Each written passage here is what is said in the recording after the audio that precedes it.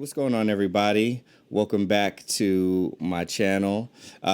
This week, I know it's been a while, but we love indie comics. We want to talk about indie comics, and they've been a lot of the best comics this year so far. And so I don't blab all about them myself. About my buddy Nalo here, who's a really big indie comics lover, to talk about it with us. Why don't you go ahead and say what's up to the people, Nalo? What's up, party people? Party people in the place to be. Happy to be here. Yeah, you're more of a partier than I am. You go to like all these cool rooftop parties and stuff like that. That was my own rooftop. I just went upstairs to eat pizza, and there was a party there. You know what's on the top of my roof, Nalo? Birds and bird poop. All Well, right, usually so there's a lot of loud, annoying air conditioning units. okay, so maybe Not like a my cool roof to hang out on in any measure. I go up there sometimes to like read, and I even put on headphones. I'm always just like, dude, this. There's like two tables, and there's just like 20 HVAC units. all right, I'm not gonna complain about my roof anymore because even though it's dirty and full of pigeons, at least it's quiet, and I could really appreciate some Yeah, quiet. this is But a in the real estate listing. They had a photo like just said roof. And there was like a photo of like concrete floor and like a corner ledge. And when I looked at the building, I didn't even go up there. I was like, oh well, I figured that, it's just a roof up there. And then I like moved in. I was like, I'm gonna check the roof, and I was just like, what? why is there a party up And I here? checked then the listing like, there's a this isn't a very good roof. But then I went up there one time and there was a party there. I was like, what the? I asked this guy. I was like, because there was like just some music playing at the time and a few like 20 people there but standing around. I asked the guy like, is this like an event? And he was like, there are people here. We have gathered, yes. And I was like, no, dude, what's happening here? And then he was like, oh, this is like a mod society thing. And he's like, I thought you were trolling me. I was like, no, like I just was asking like what the hell's going on up here. I legitimately don't know what's going on right now, but I'm a little interested. And then the first thing he said to me after that was, we have a Discord. It's like, I'm going to join it. Well, speaking of Discord, you and I have been going back and forth, not just this year, for I guess a few years now, but definitely this year, we've been going back and forth about a lot of indie comics that have been coming out. And so much so that we wanted to come on here and talk about our top three indies of the year so far. Um, it was very hard to narrow down this list. This is the year where I've read the fewest comics from Marvel and DC, and easily the most I've read from Image, Boom Studios, Aftershock, Oni Press, like tons of comics from different indie publishers. Bad Idea, plenty of good comics from there. But why don't we talk about our top two? We'll do some honorable mentions, and then we'll wrap it up with our our I guess that'd be two, three, two, and then we'll do some honorable mentions and do number one. How does that sound? Yeah, let's do that. All right. You are the guest on my channel, so I'm going to let you start first. What was your number three indie comic of 2021 so far? Well, like you said, it was a hard choice to play, and I think if I had more slots, my the cards would have fallen a little bit differently. But my number three indie comic of the year so far has been Iniac by Nice. Matt Kint. I don't have the book in front of me, so my apologies to the artist. But it is also the flagship title of Bad Idea, which is a new indie press that has launched and will be closing this year because I guess it turned out to be a bad idea. Um, but Matt Kint is kind of new to me and someone who, kind of somehow slipped my radar, even though he was right there the whole time. He's connected to a lot of other creatives that I like, and he's really it's his year. He launched a mind management board game, which is Mhm. based off of probably his best known series, and it has a lot of mini comics in it. I had a dream about it, overwhelmed by it, that I had to like read all these mini comics on the board game. Uh, I don't own it, but he also is doing Berserker with Keanu Reeves, which is actually kind of went more intellectual and deep than I thought. I checked out a few more issues than just the action-oriented opener. And there's another book, Fear Case. So Matt Kint's really good, but Eniac is basically, I love the premise. It's kind of like a sci-fi-ish political thriller, and it opens in the desert, and the Secretary of State is naked, and he has these kind of badass chick secret agents off the books, and they're naked, and they're like, fucking ENIAC is a supercomputer that can control all technology, and like it's launched a countdown code, and I'm out here naked. This is how serious I'm taking this shit. And throughout the book, we learn that these agents are trying to, one, stop ENIAC, but two, a lot of backstory from ENIAC. And basically, it's the first AI that was created during World War II, and we find out it's been controlling the world ever since. And it's really fun how it plays with history. So it says like the second atomic bomb and dropped on Japan was done by ENIAC based off its calculations. And then how basically the entire Cold War was not even versus America versus USSR, but it was both of them versus ENIAC, and just how ENIAC keeps, eluding things. And I just thought that it had an art style that is probably something that some sort of Indiegogo comics go for, like Jawbreakers or something that they want to go for, where it's very like action. But this one was very polished, and it had a lot of very interesting concepts that are related to real life and historical. So it reminded me a lot of yesteryear's indie comics that were my favorite. Mm-hmm. But it was just so tightly wound and polished. I got a lot out of it myself. So you got a chance to read that one, Skip. Did you enjoy it? I did. I enjoyed ENIAC very much. Very, very much. I wanted to ask you, so, obviously, anybody who hasn't checked out these books yet, we want to, stir up some fervor around them and maybe get people to check them out. So if there was one thing about ENIAC that you think might draw people into going and getting themselves a copy, however they can get their hands on it, what would that one particular thing be, the hook? ENIAC is already controlling you. All the books you've been reading to this date have been because ENIAC decided it for you. ENIAC is watching you, and it's only a matter of time till you read this book. I'm giving you fair warning to read it now to save yourself. But ultimately, it's up to you when you will face the ENIAC.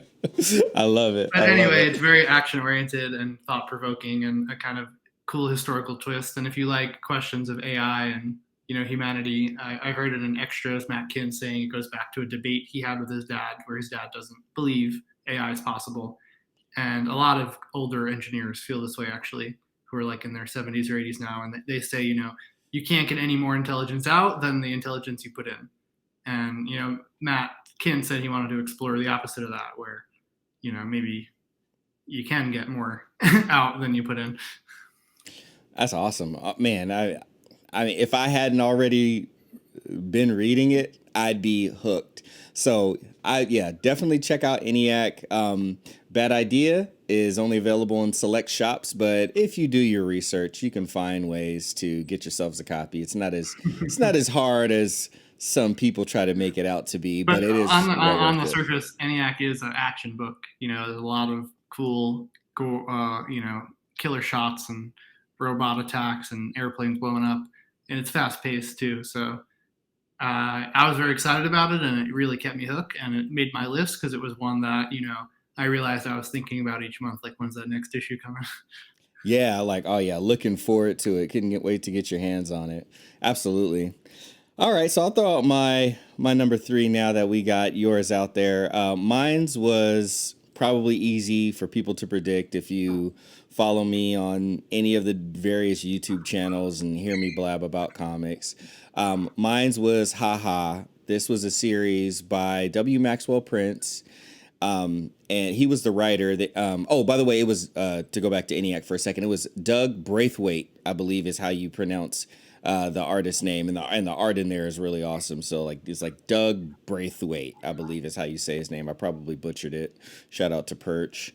Mine is Haha. W. Maxwell Prince. The interesting thing about it is it's not one artist because he worked with multiple artists throughout the series. It was a mini series of 6 issues, and some of the artists that he worked with here, I know he worked with Gabriel Walta on issue 5, the first issue. Who worked with Vanessa Del Rey, who I was not familiar with before then, and I really enjoyed her art on it. Zoe Thurgood on number 2, Roger Lingridge on number 3. Number 4, which was awesome, very interesting art, was Patrick Horvath. And then what's really cool about it is a lot of people will probably recognize W. Maxwell Prince's name for indie comic that is still my favorite book coming out right now, and that was very popular, called Ice Cream Man. And on that book, Ice Cream Man, he worked with Martine Morazzo to do the line art, and Chris O'Halloran to do the colors. Well, what's really cool is that on issue number 6, the final issue, he worked with Martine Morazzo, and it very much felt like a Ice Cream Man issue, to the point where the cover A for Haha number 6 is an homage cover to Ice Cream Man number 1. You can put them up side by side, and it's the same composition. It's just the character is different. And on Ice Cream Man, it's Ricardus, who is the Ice Cream Man, and then on Haha, it's Hank, the Happy Clown, who is actually a character that came from Ice Cream Man issue number 8. So it's very cool in the fact that, like, there is a lot of tie-in. Ice Cream Man, you can read them standalone. Each issue is its own story, but if you read through all of them, it does happen within a world, and there are some reoccurring themes and even characters that show up in different issues. And it was really cool to see Happy Hank the Clown show up in Haha, because now Haha feels very much tied into the Ice Cream Man world. But you felt that while you were reading the series, but you didn't really get full confirmation until you read issue number 6, or you saw the solicits and realized it was Happy Hank the Clown. If you remember way back to issue 8, you're like, oh yeah, that's the clown that shot himself in the head, like, and those kids were like standing over his dead body. Sounds pretty dark, but and that's part of what hooks me about Ice Cream Man, and especially Haha. It takes a different look at, kind of who the outcast would be. Clowns are kind of looked upon in a very specific way within our culture. They're supposed to kind of make you laugh at their expense, in a lot of cases. And I think it was a very interesting perspective for W. Well, Maxwell you Prince. still got to see the Joker to get a few more angles. I mean, yeah, that's true, because I still have not seen the Joker movie yet, which I plan on watching sometime soon. I just don't want to watch it alone. So I'll watch it eventually.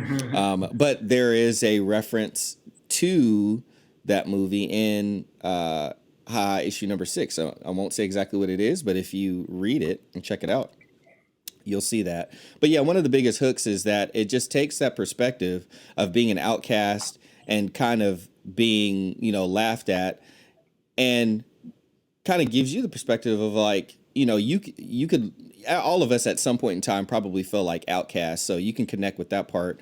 And then it's all about, like, be proud of who you are and find a way to appreciate your life. And people, as much as they could possibly laugh at you, we're all vulnerable enough to be laughed at as well. So let's all laugh together and appreciate life. Now, with me saying that, it's like, okay, how did you get to there? But literally, there's a clown that shoots himself in the head, and like kids are standing over his dead body, like within there. Exactly. But when you read through it, that's how much of a master that W. Maxwell Prince is at writing. He makes things that seem like they're polar opposites. He brings those worlds together, and where they would collide, somehow he finds a way to have them overlap in a very harmonious way, in a very sentimental way. So and it was awesome for me. And if there was one particular hook, one particular reason that I would, kind of give to people as a means to kind of check out the book, it would definitely be how human, like, and easy to connect with the characters it is, because you'll always start, like, you'll feel like you're on the outside looking in, and when you can, once you get to page 2, you very much feel like you're an insider now with the outcast. So it's a very, very easy book to connect to, and just about after every issue you close it and you feel like you got a comic book and a half, and there's no extra. I don't even think the last issue is an oversized issue. So that would be my recommendation of, or my reason for people to give Haha a try. It's a really, really, really, really, really good book. Absolutely. I had a chance to meet W. Maxwell Prince, very enticing fellow, and I owe you some books still, which I'm keeps me up at night. um, we'll, I've we'll read take a care book of that. called I have all the trades of Ice Cream Man, so I gotta check out the ones I missed. I've read all of Haha. It's some resonating stuff. It doesn't make any of my lists, and maybe never will, because it's a little too real for me. But I 100% appreciate the books and own a number of the floppies. Absolutely. Yeah. And I will be talking to you right after this video about finally getting those books shipped out. I'm excited about that. All right. So what is the number 2 book on your top 3 indie comics of the year so far? So number 2, I owe to you, because I did read issue 1 and I did read the solicits, and I was not excited for this book, even after reading issue 1. Okay. And it's called The Many Deaths of Lila Star by Ram V, who is a writer I definitely appreciated before this. Why I didn't really like it, and you might be turned off by it, whoever listens to this, was personally I wasn't that into just the concept of like gods. I always had trouble getting into like Neil Gaiman's work, because it's a lot about like gods and gods talking, gods arguing. And maybe I was a little bit traumatized by The Wicked and the Divine, which I was very turned off by. So this book starts off about like Indian gods, and they're dealing with like god business, and they have god offices and stuff like that. So I was kind of like, but as it goes on, the kind of basic premise of this god of death, who basically gets fired and sent back to Earth, she's like pissed about it, and she finds out that someone on Earth, maybe I forget, but maybe she hears a rumor or gossips that someone on Earth is going to invent immortality. She's like, hell no, like I lost my job to kill people, and then you're also going to stop people from dying? Like, this is too much. And at first, she tries to get the guy, and he's a baby, and she's like, I can't do it. And then when he's a teenager, and it goes on, and she keeps dying in these efforts, and her friend Life or something like that, it brings her back, but it seems like takes a lot of political bargaining, so it takes like a decade or so to get her back each time. Yeah. And then each issue had such just like a unique take, the infamous one that's from the perspective of a cigarette at a party, and just this different kind of themes. And it ends in a way that it can't really end any other way, of just like some sort of happy note on the meaning of life. It's probably better than just ending it with like everyone dies. So that's like my one critique, but like I don't know how else you end it. And so I just got much more out of the book, and I probably read like the middle issues like up too late, and so he's quite a dense writer, or maybe not dense is maybe not the best word, but Ram V warrants rereads. He has a lot of meaning baked into the words. So very much excited to kind of find the time to read all of them together, but it was unexpected to me. But I debated this list a lot, and that one I couldn't leave it out, and so it makes it up there. Absolutely. What would be like for anyone who is a little skeptical of reading it too, like you were at first, what would be the thing that you think like that would hook them to have them want to check it out? Well, apologies in advance if this doesn't hook you, what I say, but it's kind of like a perfect mix of like, the meaning of life being contemplated, combined with like kind of like slice of life aspects that have like an extra layer of humor to it, because that it's like a god, and even when the character dies, they're like, oh, we got to bring them back again to figure out their human life. This poor god we put back on Earth. Can someone file the paperwork to bring back Death? Like, she died again. So it has like it's very like deep in the sense of like meaning of life, but it has this just like layer of like absurdity or humor mixed with just such unique framing devices. Like the one that stands out the most is from the perspective of a cigarette as it's getting burnt to its end of its life. And there was a similar one about a temple, I believe, that was in so good. India, but it was like an Asian religion. So the people, no one was really left to worship there except for one guy. And then, what happens. And so from the point of view, so a lot of like inanimate objects, and maybe that speaks to the cultural richness, or, maybe that's more common in Indian history or religion, of having like inanimate. But in any case, even if it's not, it's just threw something new into the mix. on top of you know, just being a really great book. And I think I heard you say somewhere else that even just looking at the covers post facto, you kind of like see the story even there. And so it's such just like a complete book. Yes. And there's a lot of minis that didn't make my list, and I think they didn't because they don't kind of reach this crescendo of completeness that this book does. Totally agree. Yeah. So hopefully that was many reasons to check out the mini deaths Yeah, of I Layla realized Star. halfway through my rambling that I was giving a my answer was not a short hook, but I just Hey, went with it. my like, in my opinion, that you can't talk about the book enough. Like, honestly, it was. I read it, and yeah, it's an incredible book. So my number two. Sorry for the redundancy, but it should also speak to like the quality of the book and how good it was. But my number two book was Iniac. Again, by Bad Oh, Idea. nice. Uh, yeah, it took a while for me to get my hands on issue number one, but I can tell you like this, like after the book comes out, and because of how limited it was and how it wasn't easy to access, I remember like the first day it came out, there was already copies up on eBay for $500, and I was like, Whoa. well, I'm not gonna be getting my hands on this, but of course, through being diligent and just doing a little bit of research, I found out how I can get my hands on it, and I did.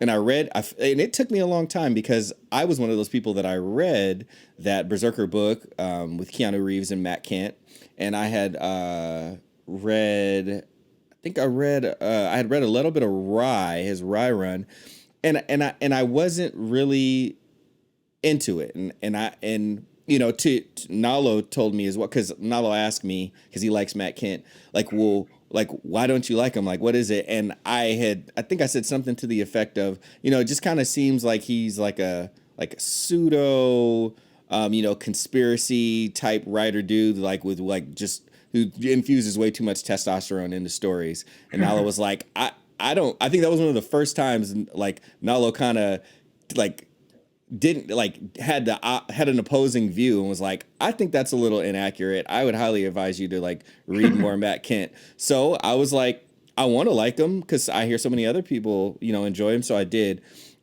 and it was Eniac. I finally like I was putting it. I had the book and I was like putting it off, putting it off, putting it off. I opened that thing up, man. That cover felt so good. Those great quality, like Bad Idea covers, and then those awesome pages, and then all the coloring and the line art. And once I got two, actually, no, I got, yeah, 2 pages in, and I was like, okay, this is some espionage stuff that I'm into. And by the time I got to the end of the book, I was like, what the hell? This is absolutely worth every bit of praise and hoopla that people have been talking about this book. And it took me months to get the other books. But I finally got my hands on those because I was like diligent, and oh my gosh, like every time, just the pacing of the story. I was surprised at how within the story Matt Kent was able to add in some humor that I really didn't think would be present in this book. Hey, And I did you don't shove that EMP up your ass like I ordered you to? between that and like the joke of like like there's some physical humor in there related to Johnson's, let's say, and like and I'm kind of grown out of like the dick and fart humor at the tender age of 36, but let me tell you, like the way that it was put into that book and the way that Doug and Matt worked together, the pacing was incredible, the concept was super cool, and just how they weaved into it, what Nalo mentioned, how it's easy to be like, hold on, wait, has ENIAC been affected? Especially like if you look it up and realize that ENIAC really was like an actual program, like an actual Yeah, computer. Like it kind of has a little bit of the Matrix effect where you're like, yeah, yeah, yeah. like is this really happening? Like did Because ENIAC? it has this like weird like believability to it. Like, Yeah, holy shit, it totally makes sense why we bombed Japan the second time. It wasn't us, it was ENIAC. it was ENIAC, and like posing as the U.S. But it just has so many facets within the book that lead to compelling storytelling, awesome, consistent artwork. And what else is cool about it is you get some really interesting little backstories too, like or additional stories at the end of the book that don't tie into the Iniac story. But yeah, you like once you get your hands on those books, you feel like it's completely worth the money and Oh, yeah. the and like the unconventional way sometimes that some of us may have to get your hands on those books. So if you can get your hands on an Eniac book, and trust me, unless you're like in some part of like maybe outside of the U.S., you can get your hands on Eniac by Bad Idea. Do it. You will not be sorry at all. Yeah, I just want to add because it came to mind with all the amazing things you've brought to the discussion was what really sealed the deal for me on this book was how you're following one of these main characters for like 2 issues or so, and by the end you're like, wait, this character has been influenced by Eniac since she was born, like her Mm-hmm. family, and then you're just like, and then I don't want to make like a spoiler, but by the end it's like they were not even like doing their whole like existence was just like a distraction. Like the whole mission was just like a troll. And it's just like, you know, and it has a little bit of like a Watchmen esque kind of ending in terms of what the whatever blue guy, I can't remember his name, Oh, Doctor is Manhattan. about. And so I thought there was more there to chew over. And then some people on Twitter said like, the end. And I'm like, well, back to Lila Star. It's like, well, how does it end then? Does the Earth just blow up on page 0? You know. Right. So Exactly. and so I kind of like I would feel I'd rather the books end in a way that some people could be like that was predictable because it's kind of more predictable to just have everyone die A- at this a- point. abs- At this point. abs- Absolutely. So yeah, it's definitely worth getting your hands on and checking out. Like especially if you like espionage stories or And if you yeah, to are a that Matrix point, fan. Hmm. there's definitely some testosterone in Matt Kint's work, but I feel like his core works are very espionage driven. I know you got the chance to read Bang, this fear case. You might not like as much as me, but it's definitely a mystery espionage. And then Mind Management is all about secret agents of the mind. And that book is, not even on. I wouldn't even consider it a comic book. That book is like it gets in your head. It manages your Very much mind, is what you're espionage. So I saying. think that's a good way to define his line of thinking, and that's Berserker opens up as the most testosterone driven book of the year, but issues 2, 3, and even 4 they're more backstory espionage mystery. So this was the year that I realized Matt Kint is worth checking out. Absolutely. And I think the testosterone is well placed. Like, I thought it was just like over the top, and that was kind of one of the things that was carrying his stories and why people liked it. But that's not the case. The testosterone, I mean, there's way more testosterone in Berserker issue 1 than I would say in anything else. But it is well placed. It's not over the top. I think he used every trope, or if you want to call them like storytelling resource, he uses all of them like in the most optimal fashion. So yeah, ENIAC And definitely, I was heard awesome. you say maybe on a different stream, like once you start reading more of his books, you kind of realize like the beat of his like humor, but also how they make like very subtle references to each other because he's like a meta kind of guy. And the Hmm. book I had read that I didn't even know I had read by him was called Folklords, about these Oh like yeah. kids in a fantasy land and they have to like come up with like a task to become the adult, but it's Hmm. like currently banned to like go to the library and like speak Hmm. to the librarians or something like that. Hmm. And the narrator is like the author of the book. Hmm. You know what I mean? Like Yeah. writing in their apartment in Missouri or whatever. So it's just very meta in that way, and so you kind of pick up on how all these books have a similar vibe and sometimes literally reference each other. Absolutely. Yeah. No, it's a treat. I'm enjoying him more and more and more. He's definitely going up my list as one of my favorite writers in comics. Definitely. Great. Well, All let's get to some honorable mention. Yes, yes. So honorable mention. I'll start off with mine. One of my honorable mentions is Chariot by Brian Edward Hill. It Ooh, nice. was a book that came out on AWA Upshot. Believe it's Patricia Petrenas, and I'll double check that name because I feel like I'm butchering it. But she did the art to it. It's essentially like a synthwave book. So if you're into synthwave music, like Time Cop or Tom Elect Cruise.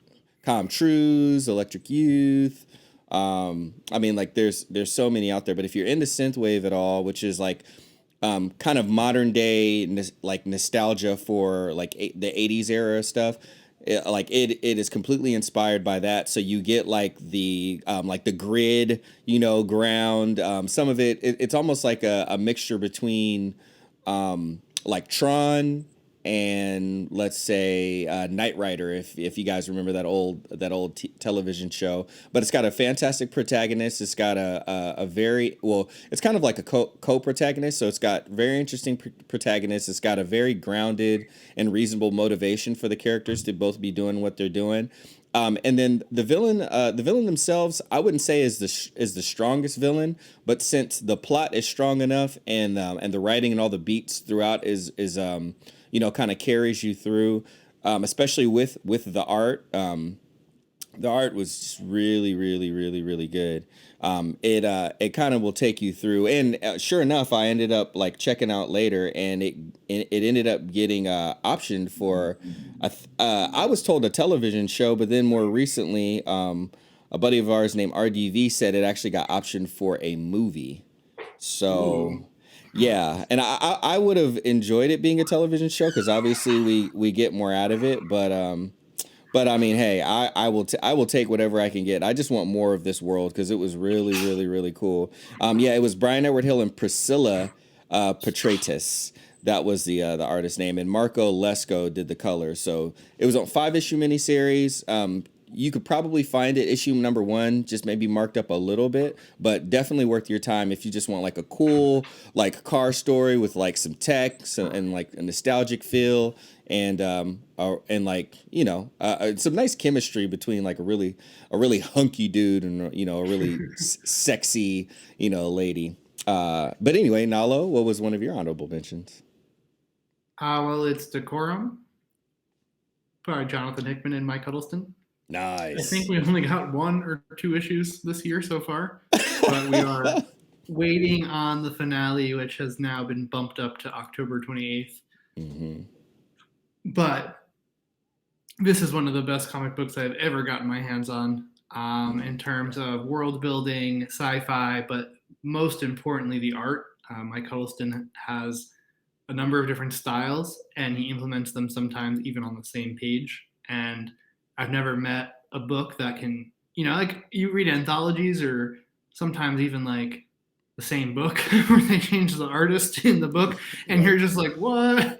But somehow the same book with the same artist changing style, like going from manga to black and white to like, classic sci-fi, it works so well and it adds so much to the world building. And I can only hope that that's why the book keeps getting delayed because the finale is so oversized. Mm-hmm. But in that vein, some of you may know that Jonathan Hickman and Mike Huddleston are up to doing new things, like a project called 3 Worlds, 3 Moons, which we are very excited about over here in Skip and Tosh Nalo land. Mm-hmm. And so that book needs to just be mentioned to me because out of all the work that Jonathan Hickman has worked on, I've never come across a book where the art style itself is like so impactful to the work. Of course, like the art style and like East of West Dragados, I love that style. I would love to get original prints, but I never come across a book where the art style is the book in a way that almost even exceeds the text. Exactly. Yeah. It is a heck of a work, and it is dense and it is like well thought out. But Hickman does a good job of like bringing things down, to earth as well. But all the way down to earth that we get the ramen ingredients, so we feel safe and grounded because we're just eating food here. It doesn't ignore the alien shit and all this Church of Singularity. We're grounded. We're eating ramen. We're eating ramen, extra spicy. I want extra green onions. All right. All right. So my last honorable mention was a book that you probably have heard of before, even if you're not really into indies. But if you were hanging out at your LCS for a little while, once we were able to get back in there, Stray Dogs by Tony Fleeks and Trish Forster, colors by my buddy Brad Simpson. I literally just bought the book just to support Brad. I didn't realize that I had actually read a book by Tony before because my daughters used to like the My Little Pony comics by IDW. So I've been buying those for them for a few years. And I actually got to meet Tony because he's a friend of a friend. And he was like, oh, yeah. I was like, I went from writing My Little Pony to doing this, and I was like, oh, that's where I'd seen your name from before. But I'm not a dog person. I don't own a dog. Dogs like me, but I generally don't like. I'm not like, oh, cute dog type person. Bought it to support Brad. Flipped that thing open, read it from front to back, and I was like, how is this book with the art style of All Dogs Go to Heaven mixed with like some criminal, like crime noir elements? How is this catching me right now? So I ended up riding the wave all the way through to the very end. And I was surprised how fulfilling this book was. I was surprised at how well that Tony Fleeks was able to like keep the tension within the books and really make it a mystery. It's definitely not a kid's book, although it may look like it. Like these dogs, they're using swear words and all that other stuff. But just how he built the tension, how the art makes it easy and inviting, and it almost is like a cute puppy. It's like you see the art and you're like, oh, this is really cute art, but then like it's got some bark in it and a little bit of bite. You're like, damn, this little chihuahua like bites hard. So if you haven't checked it out yet, check it out. It's very hard to get your hands on like first prints of the floppies. And I have them all except for issue number one. I don't have my issue number one anymore, which he signed for me. You don't have it? You lost it? Yeah, I lost it. It's an interesting story. Maybe I'll tell you guys some other time. I got to blame you for this. I used to not buy anything. That was like Mm-hmm. my policy. Mm-hmm. And now I started buying these records and buying more stuff, keeps showing up in the mail. And it keeps happening real late at night for some reason when I make these purchases now. And I may have ordered a Halloween Homage Stray Dogs trade paperback cover. Hey, that is And awesome. I also ordered the same Homage cover on the Department of Truth. The downside is it was drawn by Mr. Cates's concubine. Let me. Is it Megan? Yeah. I didn't Megan read who the Hutchinson. artist was. I just clicked it. Yeah, I was Megan like, this looks Hutchinson. dope.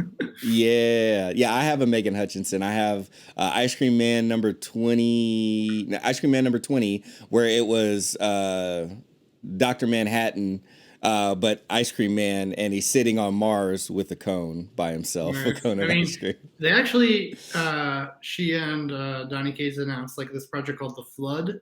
It's going to be like underwater Lovecraftian. I didn't like find out. I looked on their Substack. I didn't see anything about it, but I saw on Twitter that it was like a Substack thing. Mm-hmm. Actually looked cool. Oh, nice. Right on. Yeah, I mean, she's got some bars, no doubt about it. But yes, the trade came out today. So if you Hopefully are... I'll be getting my copy soon. I don't even like trades, so... not a trade person, but had to have it, right? I guess so. My late night self had to have it. Yeah, that's right. All right, and what was your last honorable mention, Nalo? Oh, it's a book called The Lot. So this is another Bad Idea book. And this was a book that, I only had read the synopsis and it caught my eye back in like January or February. I was doing a deep dive on because at that time things weren't looking that great for comics. And I was like really researching, like there's got to be something cool out there. And so The Lot is a black and white horror book that is about basically like a sealed off Hollywood lot where like they film stuff. And this kind of protagonist just got like assigned as like a head of a studio, and she's like, they're like, make big moves. So she's like, well, I just found that we own this lot and no one's using it. So I'm going to make a name for myself by taking advantage of this old real estate. And she finds out that like some sort of cult film was filmed there and all these like weird deaths happened around it. And so much of it was related to me to The Fade Out, which is a noir Hollywood-based book by Ed Brubaker and Sean Phillips, which Skip and I have discussed before. But it's also in black and white. And I talked before about like completeness and how Iniac felt complete. And I've read a lot of horror recently and a lot of different kind of scout books, and a lot of them have like crazy art or crazy concepts or just like dope shit, and none of them make the list because like the books themselves don't like really come together. And this book has like just like the art style that's unique, and if you really look at it, it's kind of jarring, almost looks like black and white photos of like very creepy shit. And then just has all this stuff of, like internal politics of careerism, being Mm-hmm. like a woman of color, Mm-hmm. and having these issues of all these like old white, producers, and kind of tension there, and wanting to prove yourself. And I was really surprised because I thought this was only a 3-part mini. It seems like we're getting a 4th issue. Maybe there's a 5th. We don't know. But even if there's not, it kind of already has proven itself to me after reading 3 that it has a little bit more to say, and it could have ended on 3 and just been like, oh yeah.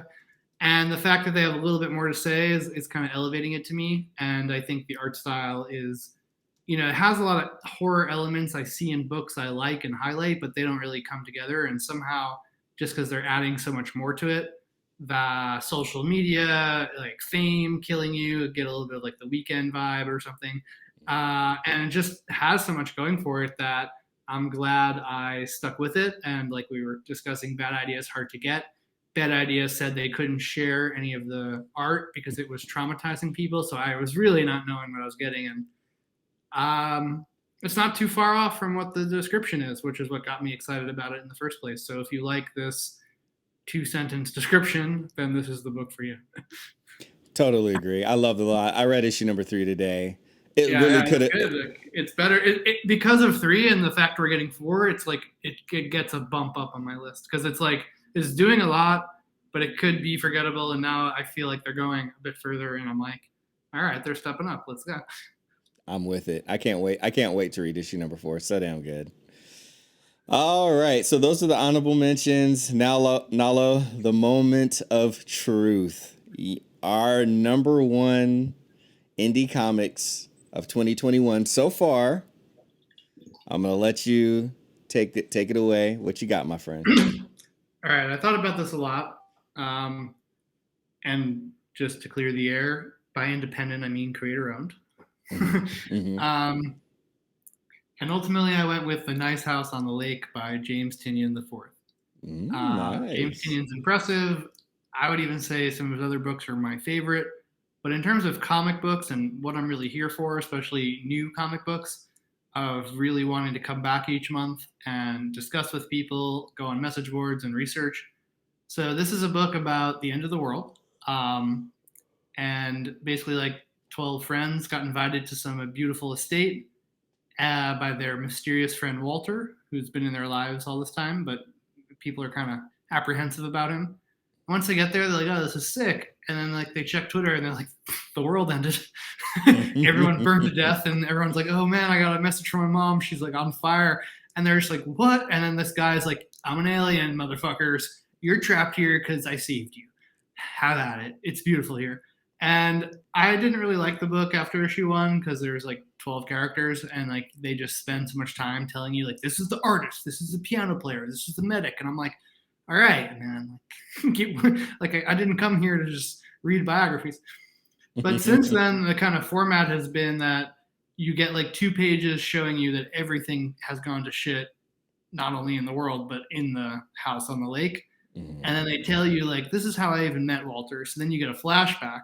So it kind of starts with a flash forward and then a flashback, and then shows you what's going on in the house, but focusing on that one character. So you get a flashback, a flash forward, and like their perspective of what's happening in the house while the plot gets pushed along a little bit further. And kind of maybe taking a page from Hickman, a lot of like what we call white pages are used. But in this case, way more creatively than anything I've seen in the X Office. They have like transcripts from surveillance footage. They have like wish lists of what they want to order from the aliens. They have like maps. And so what I found with this book was, while it didn't start out as my favorite, I wasn't even excited about it. This is the one book of the year so far where I keep picking up all the issues I own and keep looking at them every time I read a new issue. Hmm. And there's like a lot of breadcrumbs, and Tinian has even more goodwill than Hickman of being able to end the story in a timely manner. And so I already feel that my time worth speculating, or even privately, is kind of worth it. And if you asked me, if you called me up, Skip, and said, "What's your favorite book? What's the best book coming out?" This wouldn't be the first one I would say. But Hmm. after really thinking about it, in terms of just comic books and comic story and unfolding, and the fact that now 12 characters don't feel overwhelming, and the fact I know so much more about a few of them than even going back and rereading the old ones, just sometimes I don't even read them. I just look at the panels and I see the art, and I'm like, oh, that character that we just followed in issue 4 and issue 2, he was like sitting over there in the background. And so it just has so much kind of readability. And I'm ready to say, by December, Skip, fuck that book. It jumped the shark. But right now, it's just the one that has the most mind share for me. And so I had to go with it as the best indie / creator owned book coming out right now. And I'm surprised myself I picked it. Yeah, you're talking about like returning to the books and white pages and stuff like that. I think I actually, for even for me, and I really enjoy the book. I don't obviously don't have it as high as, well, I can't say obviously because people don't know what my number one is yet. But spoilers, my number one is not Nice House on the Lake. Although I do have it in, I have it in my top 10 indies so far. For It is sure. definitely within there. But I do get the vibes of like the times where we would like crack open House of X and Powers of 10 and like be going back through and theory crafting and basically trying to connect the dots to find out, basically to try to, solve the caper, right? Solve the mystery. Exactly. Why were these people chosen, and why by Walter, and why at this house? And And my most cherished memories of comics are when I was most in my prime, I guess, reading Grant Morrison's Batman. And I just remember every month going on the message board and being like, does anyone today have a new idea? Because I got to wait a whole month for the next issue. Or, I'm not that right. extreme here, but, and maybe I have a bias because I'm from the area that most of the characters are from, Hmm. and they're in my age group. So it has this weird slice of life element.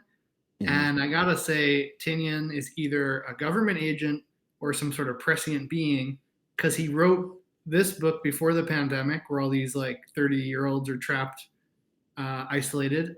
And he also wrote Something as Kin of the Children, where the main character is wearing like a mask, all Yep. before the pandemic. So either he works for the government or he's really onto some zeitgeist stuff. And he writes Department of Truth, which is about So yeah, conspiracy theory. So so we know we answered our own question. He's a government agent. But anyway, the book is good. It has and for me, maybe it's higher up because I just kind of like even some of the locations and the colleges. So I'm on Tinian Substack, and I didn't even know when I thought it was like this pretentious shit. Where it was like Scott Snyder is my mentor, right? mhm. But no, like Scott Snyder taught at a school before he even was known in comics, and Tinian studied there. Yeah. And it's called Sarah Lawrence College. It's not that far from New York City, tucked away in somewhere nice in a forest or something. But if some of the characters went there, I've never been there, but I just kind of relate to the types of people, and it's not just one character. They got 12 different personalities, 12 different hierarchies of whatever class they're in and whatever job they might do. So I just enjoying that it's coming out, basically. Absolutely. Like, check out Nice House on the Lake if you haven't. Like, I can't tell. I think issue number one has gone into like a fourth print or like a fifth print. Like, I don't even know. Every time I go to the I comics don't every know few because I weeks, there's think like another Tinian print. is lying. I heard from a reliable source. Oh, that's right. Yeah, the data's I wrong. saw the real data, and his books aren't actually in the sixth print. And even if they are, the newer copies aren't really selling that well. No, not well No, enough to just go kidding. into another print, He's even though they clearly get killing printed it, again. and people really like his books. So this one was a sleeper hit for me, and it's the one keeping me up at night. So, So a all right, sleeper hit Skip, for you, drum but roll. you're not sleeping. That's interesting. Very interesting. All right. I'll drive us home. Again, I was talking about overlap. You've already heard us talk about this book a little bit, but easily, hands down, Number one indie comic of the year so far. We got a few more months left to where someone could try to steal this away, but it's going to be tough to take it away from Ram V because the many deaths of Layla Ooh. Star with Ram V and Felipe Andrade on art has just stolen the show, taken the cake, you know, man, blown out the candles, turned out the lights, like whatever you want The to. floor is yours because you're the one who prodded me to finally dive in, and yeah, let's hear it. I mean, it is quirky how you get introduced to the to like the pantheon of the gods, and yeah, they're in this corporate office. They all got like their suits on and stuff like that, and I think the art is what kind of sold it for me because it's very like the line art in it just lends itself to like fantasies, but even with the color palettes and whatnot. But I really did get pulled into how intimate of a story it is. Effectively, the god of death, like Nalo said, gets kicked out and loses her job because there's a child born, and it is known that that child will effectively create the means for immortality. People won't be dying anymore, so death services are no longer needed. Death is sent down, as a favor into a human body. Who a student named Layla Star, who is doing all the things that people tell her to do in her life, but it is completely boring, and she is way past wanting to continue that ride anymore.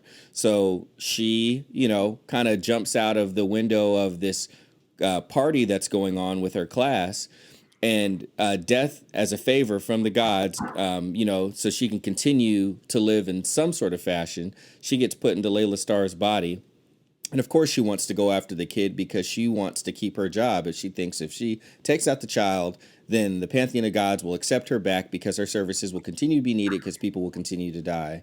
But through that, she dies, as Nalo said, and through her deaths, every time she's brought back, she learns a little bit more about life. So through death, is learning about life. And that concept alone, like as simple as it is, like Nalo said, it is so dense because it's, death through death, learning about life. Like that alone, Ron V did a great job of not letting the concept have to drive it enough, but like taking all those moments. Every time she comes back, she meets the boy at a different time in his life. And, as she's learning how to live, also in certain ways she is kind of causing herself, she's causing death, so death continues to happen around the young boy, and we see that inspire him to try to figure it out while she continues to have to learn how to live, and then she gets close to him and then she loses him, and then close to him and she loses him. And like Nalo talked about the end, he like he said, like, what better way to end? It was literally so poetic. It was so beautiful. It was very much like a celebration of life. And I can't say some of the last lines that would be the hook for people to check it out, because I think it kind of spoils things enough, but it is well worth the journey. And it's not like there's parts of it that lag. Every issue is awesome. Every issue just like it paces you along perfectly. It introduces new characters perfectly. We see characters grow in immaculate ways. And then once you get to the end, Death, the young boy, and us as readers have all earned the fantastic ending and the way that the book wraps up. I mean, hey, having some really beautiful foil covers from Mike Del Mundo, who is a part of the outfit with Jonathan Hickman and Mike Huddleston on their Three Earths, Three Moons Substack project. Having a foil cover from him didn't hurt. Having a nice foil cover from Danny, an artist that me and Nalo really love from her work with Dan Waters, and my buddy Brad Simpson colors a lot of Danny's work. That didn't hurt. But it could have not had all those additional things and could have just been the story, all cover A's, released just as it was through Boom Studios, and it would have been just as fantastic. It is very hard to get your hands on the floppies. You can. They're marked up a little bit, and if you can find an old shop, or maybe the least popular shop in your area, if you have a shop in your area, they may have a few lingering around. But The trade doesn't come out to January, and I'm sad about that because I hear this gaining traction through word of mouth, and I really want everybody to be able to just jump in and read the story so it builds and grows. And I fear that some of that might go away a little bit with how long it's going to take for us to get to the trade. But it like, even if you get, I think, yeah, you can get it digitally. Even if you just get it digitally, just get your hands and get your eyes, get your heart on this book. Comic of the year so far, in my personal opinion.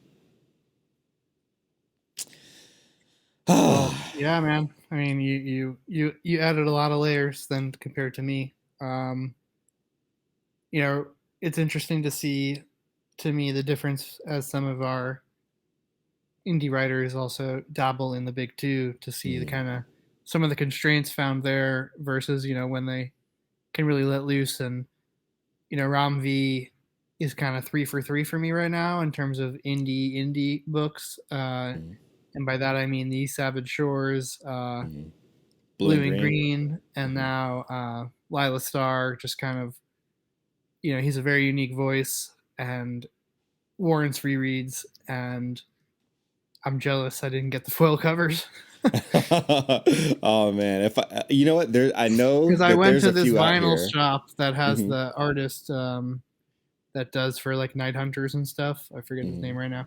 He did the Hmm. logo for this vinyl shop, and I was talking to them there, and I did buy some MF Doom stuff. And they were the ones who told me they don't sell comics except for number ones, just to pretend they can still be a comic store. And Right. like the only book they had that I was thinking of buying was this foil Lila Star number one, and I was just like, I already read it, I didn't really like it, and I just didn't buy it. And like, from my I don't buy that many books, so just adding an extra floppy wouldn't have done much to my budget, and I didn't. Mhm. I regret I didn't buy it. We're gonna talk more after that. I think I'm gonna be making you a very happy Nalo All right. with what I might be able to provide to you. But yeah, fantastic book. Check it out. Yeah, it was amazing. Anyway, you got 5 different books that we talked about. 3 that were our top 3. Of course, 2 honorable mentions. Again, we got Haha, Iniac, Layla Star. We got Iniac. Um, why am I forgetting your? Oh, Layla Star and Nice House on the Lake. We got a lot of overlap. Obviously, me and Nalo have some very similar tastes, which is nice when you can find people that have similar tastes. But what's even cooler is some of the books that we weren't interested in, that we informed each other of, and then we ended up getting those books and we really got into them. So that's part of the inspiration for doing this video, is we want to spread that awareness of maybe some books that you don't normally get. If you want to take a break away from Batman and want to take a break away from X-Men, or if you don't want to break from them but you just want to find out some sleeper books that could really be wowing you and taking your comic book reading experience to the next level, highly advise y'all checking out these books that we have shared with y'all tonight. Nalo, unless you have anything else to say, I'm going to go ahead and close this out. Just keep on reading. Keep on reading, y'all. We'll see y'all on the next one.